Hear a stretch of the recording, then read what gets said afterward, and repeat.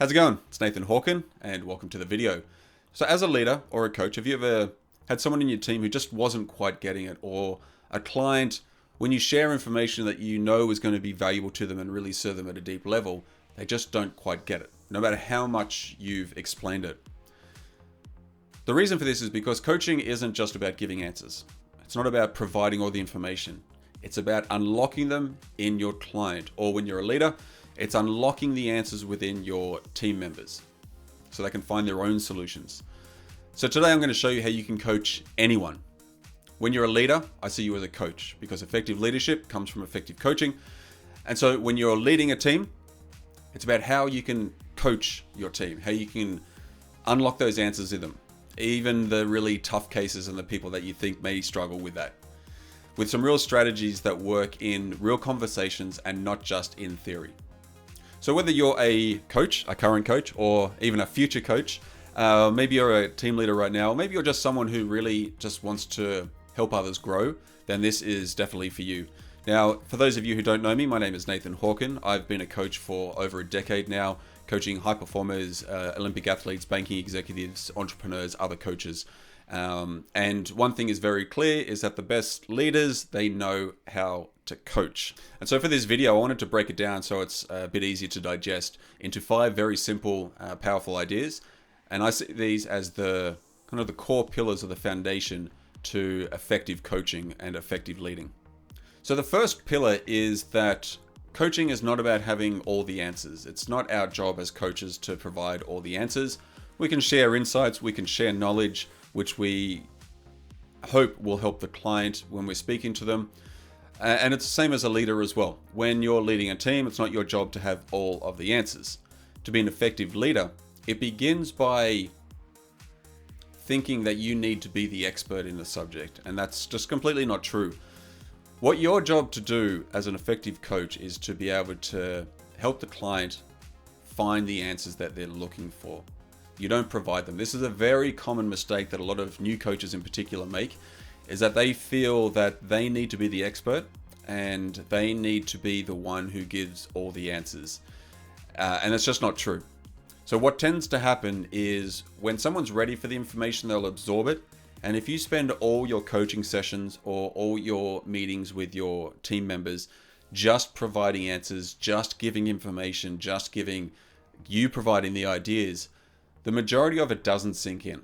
And the reason for that is, first of all, the client or the team members, they're just not quite ready for the information just yet. But you're not providing a space for them to grow.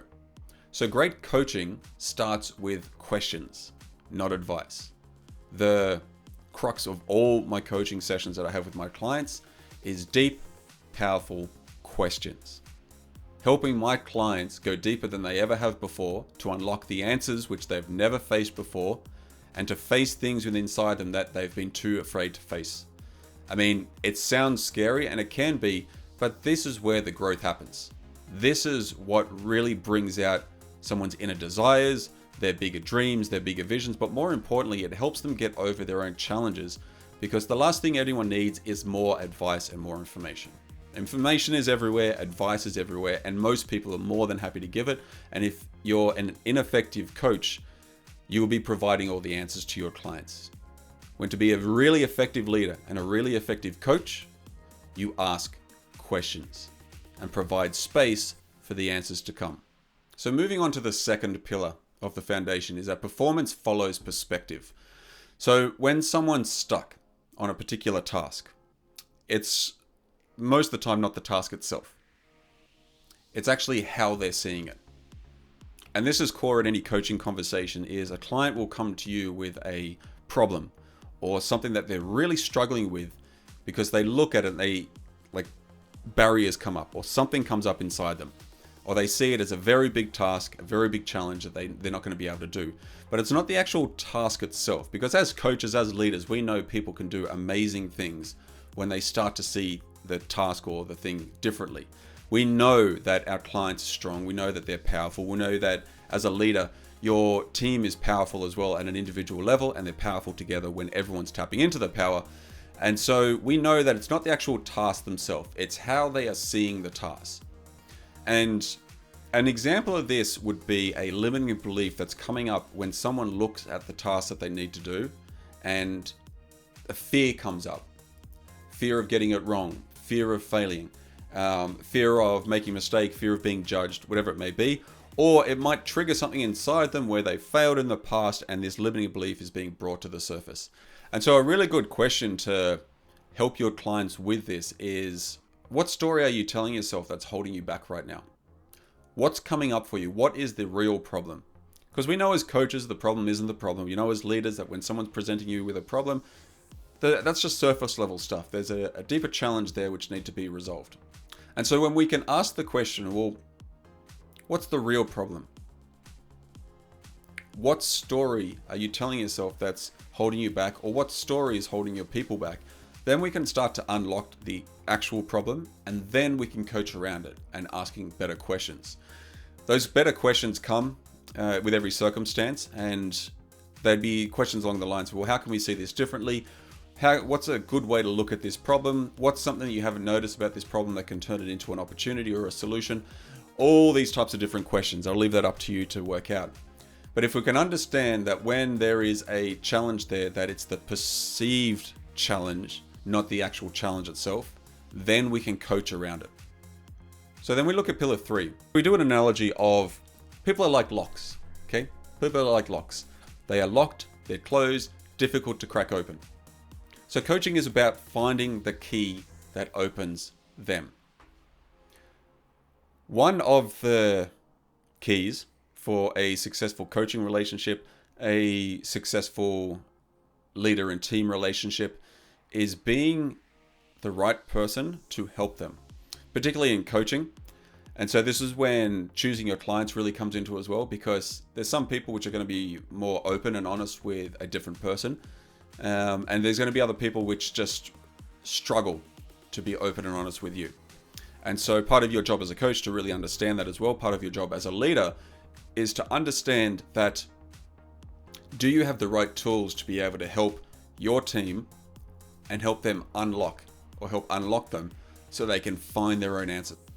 By understanding that a person is like a lock and coaching is about finding the keys to open them, we need to understand our clients or our team members, their energy, their language patterns, any resistance that they have inside themselves. Because if their energy is low, if they're struggling to get motivated, then this is something that needs to be unlocked. This is something we need to explore, because if energy is low, motivation is down, there's a reason for that. There's a resistance going on there as well, typically around limiting beliefs, a lot of potentially self-worth, those type of feelings inside someone, which is why they're not performing. And we also have to understand and think about their language patterns. What are they saying to themselves? Are they in more of a negative mindset or a positive mindset? Are they solution orientated, or are they too focused on the problem at hand? These are the type of things that we need to unlock, and coaching is the key for that. And so if you can ask those type of questions which interrupts their pattern, if you listen to the way they speak and their language patterns, and you start to help them understand that what they're saying to themselves is focused more on the negative, if that's the case, then you can coach them into more of a positive type of language pattern. You can notice their resistance and you can help them and coach them through ways to overcome that resistance. Asking powerful questions to help them see the solution to the problems that they have, which will automatically raise their energy levels and bring them up to the higher level of motivation. Because the breakthrough isn't in what you say, it's what your client or your team member discovers. So for pillar 4, I wanted to give you 3 go-to coaching moves that are very quick hit coaching techniques that you can give and provide to your team members, to your clients, to help them in any situation, particularly when they're stuck on a problem, a limiting belief, or a particular challenge. And so the first is one of my favorites, and it's a NLP technique that I use called reframing. Reframing, it's very simple. It's very much helping the client or your team member see the opposite or the positive in what they're saying or the challenge that they're presenting to you. It helps them see the problem very differently. So an example of reframing, and this is one I used all the time, it's when a client will say, look, I've got this, I'm really stuck on this problem. Like this problem is kicking my ass right now. I don't know what to do. I will always ask the question, well, if you did know what to do, what would the answer be? It's a very easy and very quick reframe, but what this does is help the client start to see a solution, or at least go into the realm of possibility rather than it being a problem now. Because when a client comes to you and says, I've got this problem, or I've got this challenge, it's because they see it as a challenge and see it as a problem. And so reframing helps you flick that switch inside their mind so they can start seeing more solutions. Reframing, there's no script for reframing, and you can do it on the spot. So it's very much up to you to listen to what the person is saying, listen to what your client is saying, listen to what your team member is saying, and pause. You don't need to answer straight away. You just pause, come up with a reframe, and then give it to them, and wait for them to reply with your answer. Once you've done some reframing, then you can do some future pacing so you can help your client or your team member see the possibility of the action that they're about to take. Because part of the challenge is when someone's faced with a problem or someone's stuck, it's very difficult to see beyond that. It's very much like there's a big wall there and you just can't see past it. So to help them overcome that, you need to help them look beyond the wall. See what's over there. See into the possibility of the future. Because people get so stuck in their present moment and their challenge right now that all they see is the challenge and the problem. So when someone comes to you with a problem, when the client is presenting a problem to you or a team member is presenting a challenge to you, or you notice there's a limiting belief there, you've done a quick reframe, then you can ask them, okay, so once you figure this out, what does that look like? What is this going to give you? What can you do now that you've worked out this problem today? Now it's putting the client's mind into a realm of possibility. Like, okay, cool. Well, once I've done this, then I can work on this task and this task. Or once I've done this, then I'll actually feel much better about the project moving forward. Whether if it's a client, then it's like, oh, then if I do this now, then I can work more on my business or whatever it may be. But it puts them in the area of possibility now. So future pacing is a really powerful and very quick coaching technique that you can use. And then lastly, then this is my favorite, and it's uncomfortable as hell, but I do it all the time, is that you got to create silent space for your clients and your team members so they can find what they're looking for. So sometimes your most powerful move is to say absolutely nothing and let them find the answer they're looking for. Because you notice in how I just paused, automatically your mind starts to think. It goes to places. So if you ask your client a question or your team member a question, like, what would be a good solution to that? And you say nothing until they've come up with an answer. Your client is thinking. Their unconscious mind is working. The answers will come. And then if they say, I don't know, a great reframe for that is, I know you don't know, but if you did know, what would you say?